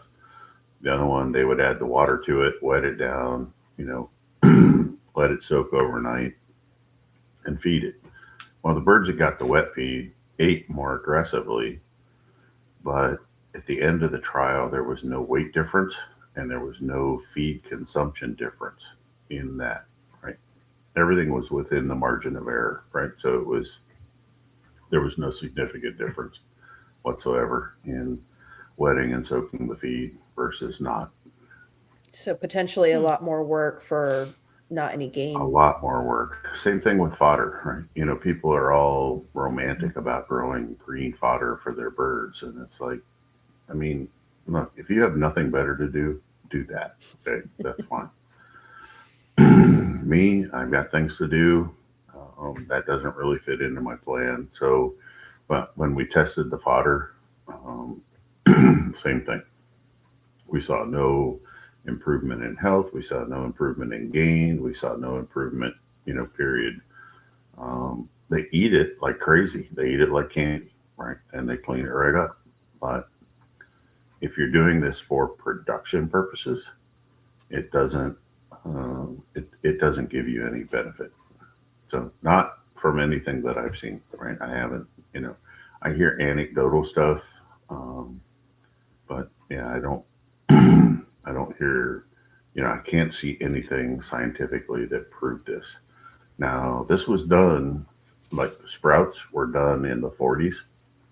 You can find it in the old Morrison Feeds and Feeding, where they did trials on this at what is now University of Wisconsin. They called it the Wisconsin Station back in the day.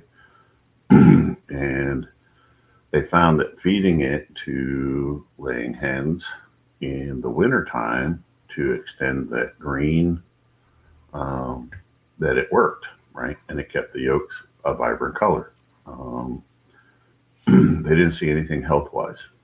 And then they finished that trial by saying they had equal results by adding ground alfalfa to the feed, which was more cost effective and less time consuming than growing fodder. So, got it.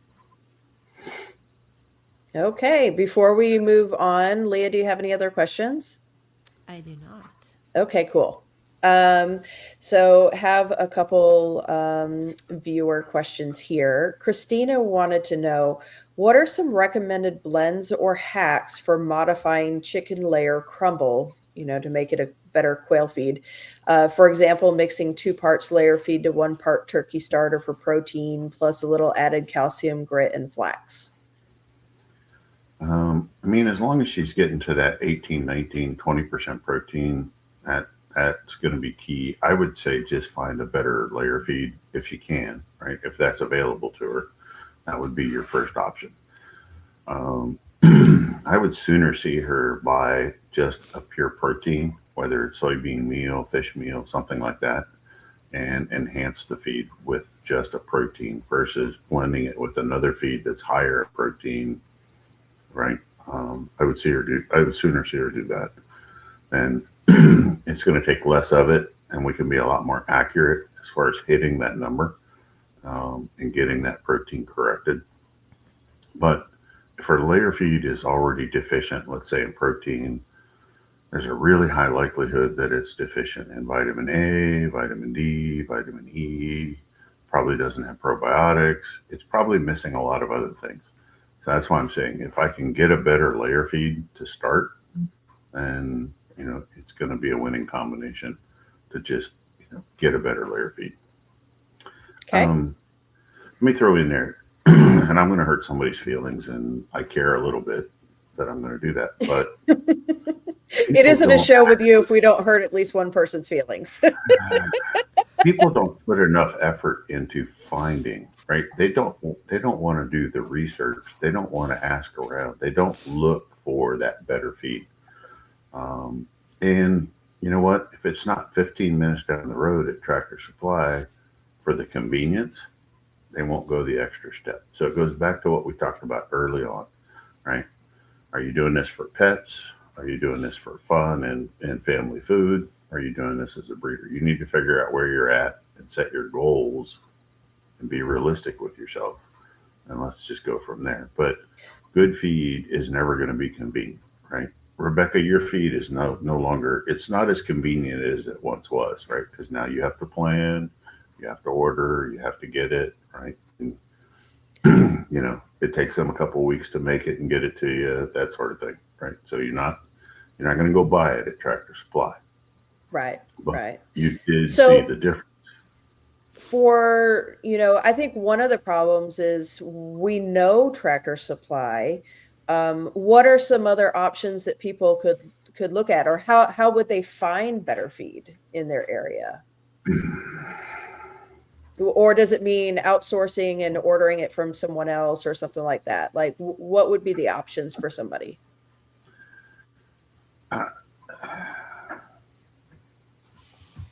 So you just picked a new scab, right, for me. So you just it's my job, Jeff. So there are people like me who give up my free time to answer questions. Okay, and that's okay. And we love you for it.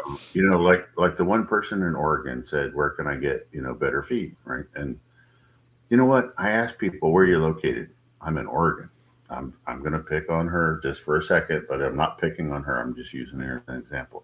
I live in Oregon. Well, you know what? I've driven north and south through Oregon, and I've driven across Oregon. Oregon's not a small state. Okay. So, where are you in Oregon? And do I have a feed manufacturer anywhere close to you, or is it distributing in your area to give you a recommendation? Right. And if I don't, I fall back on Kalmbach. Right. But the Pacific Northwest has a very limited amount of feed manufacturers that I'm happy with, right? Like I feel are making a good high quality feed. So she's stuck buying something commercially made for the most part, unless she wants to make the drive, down to that sweet home area and pick up, feed made just for her, right? Just for her. And there are people out there. The other thing is nobody goes and looks for the old farmer who's still grinding and making his own feed. You have a really nice conversation with him, and you ask him as sweetly as you can, is there any chance you would make feed for me? Right? Just, you show up with a couple dozen eggs or something to make him happy, make him smile, whatever. And, they really do want to help people, but they don't like city people, right? So they do not like, if you show up in a BMW X5, right, and you're wearing high heels and a dress, that's not the way to make the first best impression. Okay. So, but they might help you, but, you're working against yourself. I'm just using that as an example again. So hopefully I didn't hurt somebody's feelings, but there's, I'm finding, farmers here and there popping up in different locations. They understand the difficulty in finding good feed. And if you ask them, nice enough, they might actually make you a feed, right? And they make it with whole grains, no garbage, no BS, no nothing, right? I mean, you can get good, solid nutrition. So, and there's more and more of those happening. And I got more and more people buying their own cement mixer. They're getting their little Amazon grinder. They're making their own feed at home because they're in charge, right? They know exactly what went into that mix. It's not that hard. How do you find those farmers? And I'm not being smart. I'm just saying that the average person that's watching this is going to go, well, what do I do? Do I hop in my farm truck with my farm clothes and, start knocking on doors? Or like, how do you find these people? Kind of. But what you'll find is there's a community meeting place, right? Where all the old retired farmers go at 5:00 in the morning to have a cup of coffee. In every community, there's a community dive, right? Has the worst coffee in the world, but they have a space where they can sit and talk. Like some places it's actually McDonald's, right? I've gone in, there's a McDonald's right up the road from me, 2 hours north. I'll stop there and get a breakfast sandwich. Here's a half a dozen old farmers in there chewing the fat, talking about the weather, talking about the price of grain, whatever. You ask them, it's like you just start a conversation, right? Hey, do you guys know anybody around here that, is still grinding their own feed, right? Something like that. See where it goes. They really do want to help our younger generation, and which when we're talking about farmers, I fit into that category still for a little while, but they do really want to help people be successful in what they're doing. Okay. But you have to find the right approach to have the conversation, right? And get your foot in the door. So how you present yourself. Yeah. I mean, if it means wearing your bib overalls and your barn boots, there's nothing wrong with that. Okay. Yeah. If you walk in smelling like barn crap, from whatever animals you were working with, that opens you're gonna be the part door of the part of the club. Right. It does happen that way, right? You're part of the tribe now. When I used to go visit my father-in-law, we'd get up 4:30 in the morning, which I wasn't a fan of, but we'd go up to the local gas station, right? And for $1, you could have an endless cup of coffee, free refills, all you wanted, right? And we'd sit there for 2 hours, have a breakfast sandwich, whatever, and in and out. It was a rotation. It was like a revolving of different farmers, right? And they all knew each other. You know what? If I needed something, you know, Mhm. I could have said, I'm kind of stuck on this. Anybody know where I can get a good whatever? They know everything. Okay. Yep. And Y- so And that's the again, cat. you have all the answers. They do. Oh, They're out there. okay, Carly wants to know, is it possible to create a DIY recipe that will meet all nutritional targets using only dried insects like mealworms and black soldier fly, seeds, grains, oils, and Fertrell NutriBalancer? I can get really, really, really close. Now, depending on where the black soldier fly come from, you need to be careful. Because they're a high fat insect, they're going to alter the flavor of the egg significantly, and the mealworms may as well. So just know that you may not like the flavor with that many insects in there, because that diet that she just described is going to be it's going to be 50% insects, right? The combination of mealworms and black soldier fly. I don't know what those eggs are going to taste like. Can I do it mathematically and the quail be happy? Yes, I can do that. Okay. But again, I don't know what the meat's going to taste like, and I don't know what the egg's going to taste like. So Got it. we can try it. Yeah. Okay, so Andy wants to know regarding, and I'm going to start this by saying Andy's in Hawaii. So regarding feed for those that do not want to make their own feed, by the time feed gets to the feed store here, it is over 60 days old, and Purina. Is there anything that I can use to supplement the feed for Terrell NutriBalance, poultry show breeder, fats, anything like that to help boost that older feed? So in the islands, they actually bring in a specialty feed that's a 25% protein. It is a poultry mix, so that's half the battle. It's mostly for the game fowl people in Hawaii, where it's still a thing there, and so I would almost start with that. It's called the Island Mix, 25%. I would start with that. So that gets us really close on the protein. If he's willing to, if it was my quail, I would be, adding a little bit of fresh ground fish to it. Like I'd get a fish that, isn't really favorable to eat by people. But if I ground that up and I could put a little bit on top, and I'd probably add some show and breeder to that. And we're going to get to that 26, 27% in a hurry. Really good amino acid profiles. I think his quail would like it. If he can't do the fish, I'm also having excellent results with starting chicks with, we take ground beef liver. Okay, ground any mammal liver. I prefer not to use chicken or quail. So we do half ground liver, half hard boiled egg, mash that up, mix it together, and sprinkling a little bit of show and breeder on that. That is an excellent starter for chicks, right? So when you move them into the brooder, you mix that up. It's kind of a wet mess, and you just plop tablespoons of it on top of their feed area, but they'll devour it, right? And it's a huge boost right out of the gate. Now that's raw liver, okay, not cooked. And some hard boiled egg, any egg, chicken egg, whatever you got. And but if I do that for the first 3 days, and they don't have to have it 24/7, but enough so everybody gets some, and I do it for 3 days in a row. It's a really excellent out of the gate chick booster, get them started kind of thing. So, the B vitamins, the vitamins in the liver is awesome, right? It's just awesome. Our friend Susanna from Prismatic Quails has been doing that and has seen some amazing results.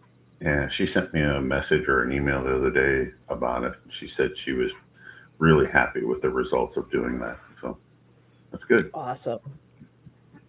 Okay. Leah, before I move on, We're anything? good. We're Okay. good. All right. Jeff, can you talk to us about the difference between non-GMO, organic, and just regular feed? Is there any reason why we want to go one way or the other? I guess we could throw no corn, no soy in that as well. Holy cow, you really okay. So we're going to finish the show on this because we are at 150. Okay.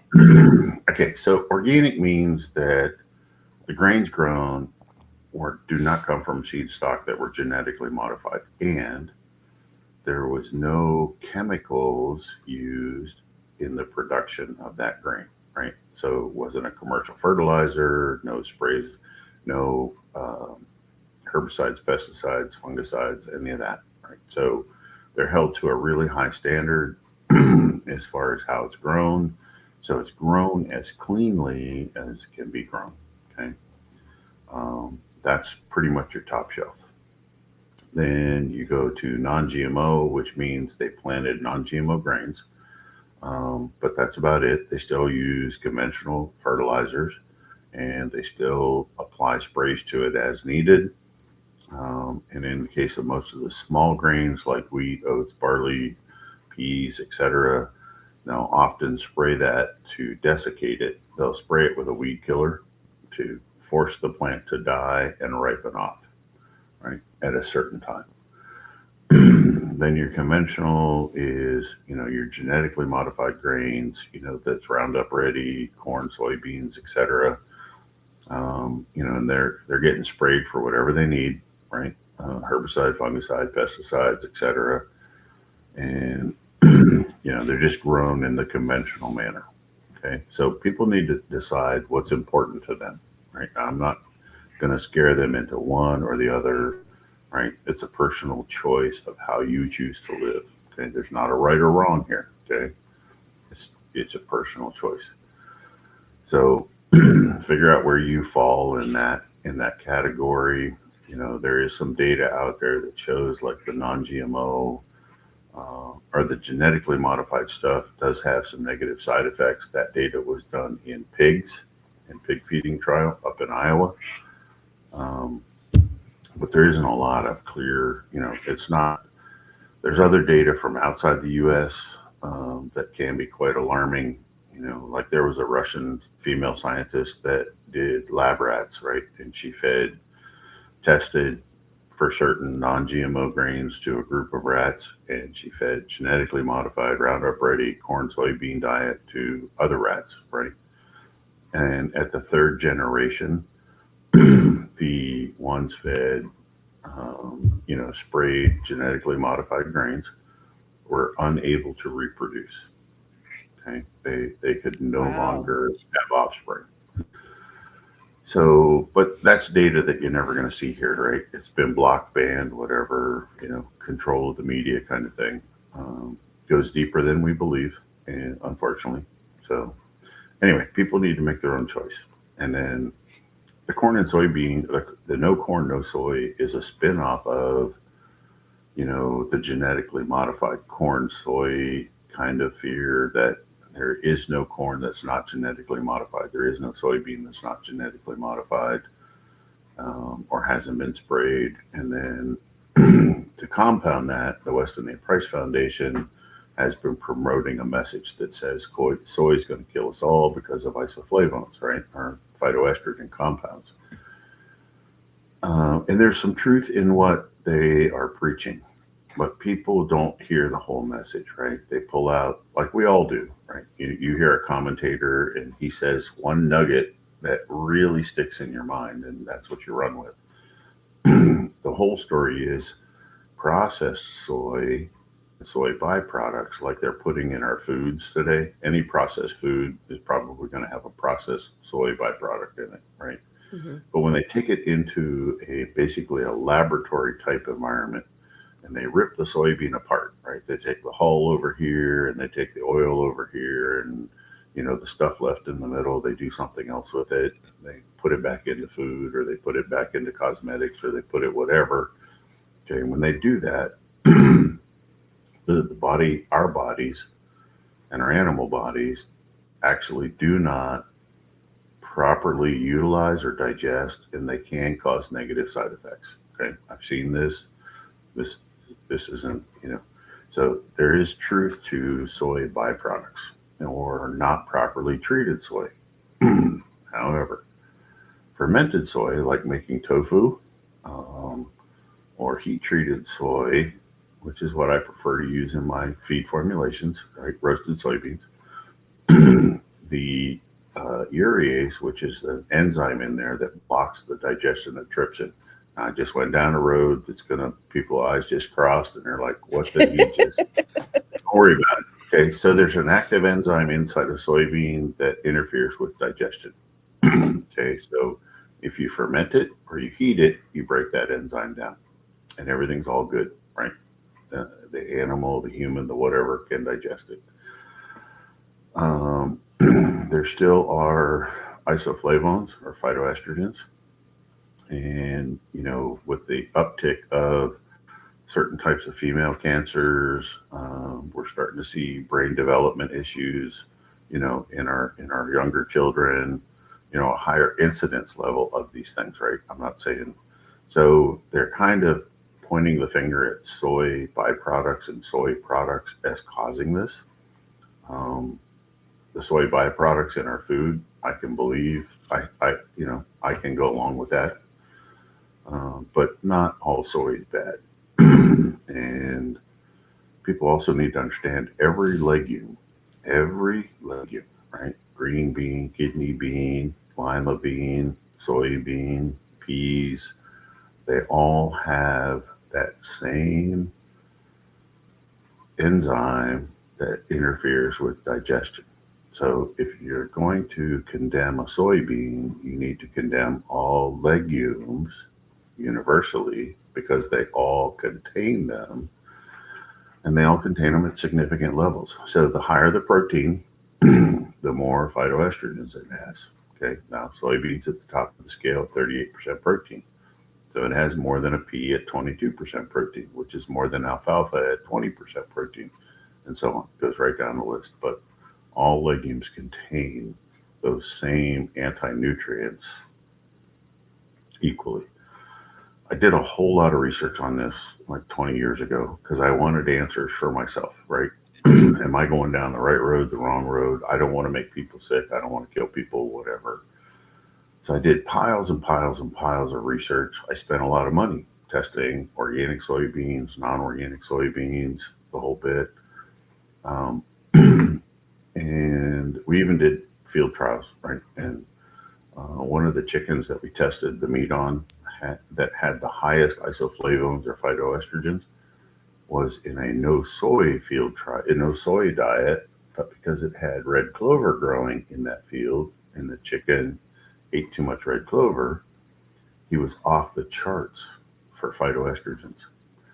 So I was more confused after all of my research than I was before I started.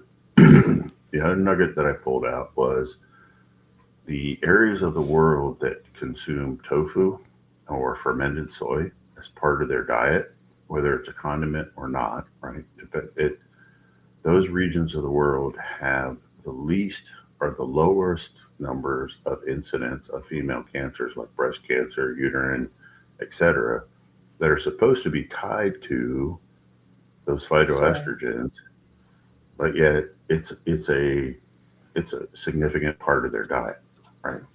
So none of it lines up, none of it makes sense, none of it fit together. My puzzle is still a puzzle. I don't know, right? So okay, and I'll keep this super fast, but how much of that relates, if you're feeding the birds this, how much are you getting from their eggs or their meat? Or do we need to be worried about it being secondhand, or? It does pass. It does pass through, right? And a lot of people point to this quail trial that was actually done at Ohio State University, right? And what they don't understand is they purposely fed refined phytoestrogen to the quail and then measured the eggs, right? They were feeding like 200 micrograms of phytoestrogen per quail per day. What they wanted to prove is it does transfer into the egg, and they proved that, right? Okay. But it no wasn't the quail in normal amount world, they would consume. right? Right. No quail diet in the world is going to have that level of phytoestrogen, right? So it just isn't going to happen. People lost sight of what the abstract of what that field trial was actually doing. They just wanted to know, does phytoestrogen transfer through in the egg? And it does. Yes, it does. Okay. Does it transfer in high enough levels to make a difference? I don't know. There are people who have sensitivity to soy now. As allergies become more and more of a thing out there in our society, there's people that, cannot eat, eggs that come from chickens that ate soy. Here's my last story, and then we're going to call it a day. Okay. Okay. So this is real world. This is Jeff Mattocks. This is my family.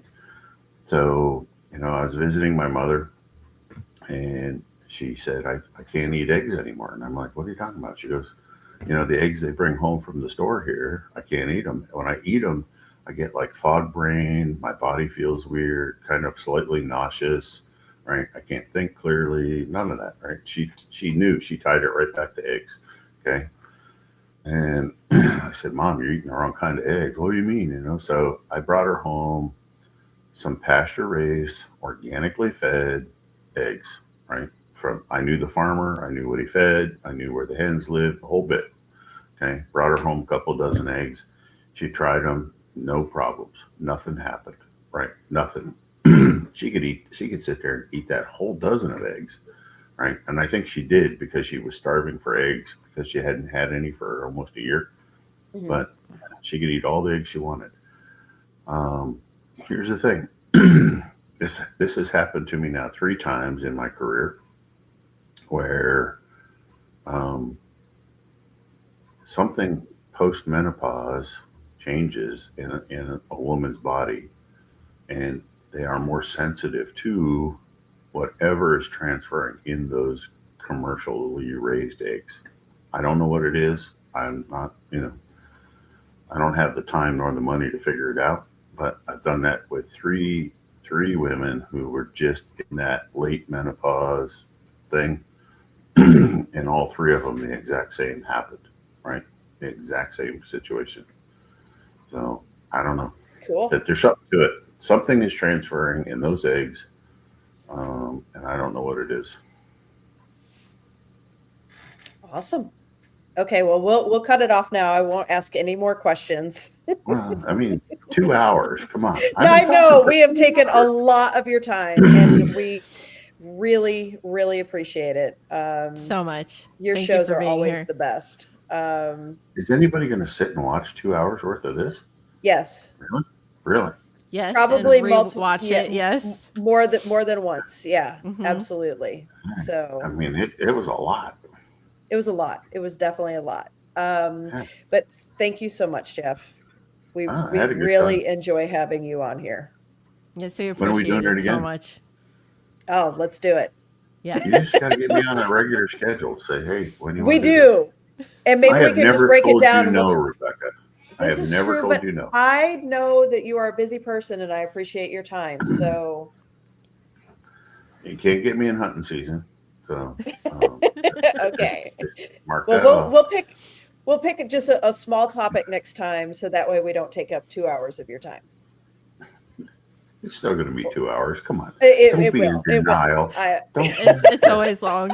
Don't lie to yourself. Come on, man. It's like, Okay. Well, you give us another Wednesday that works for you, and we'll put it on the schedule because everybody loves your show. I'm fairly open. Awesome. Just when you guys are ready to do it, let me know. Okay. Love it. All right, everybody. Thanks for having me on. Thank you so much for joining us tonight. And make sure to support us, like and subscribe. Also, if you enjoyed this episode, make sure you send it to a friend. All right. Have a great night. Bye. Want to continue the conversation and get more education? Come join us over on the Coturnic's Corner Facebook page, and also check out Terry on the Katernick's Corner YouTube channel.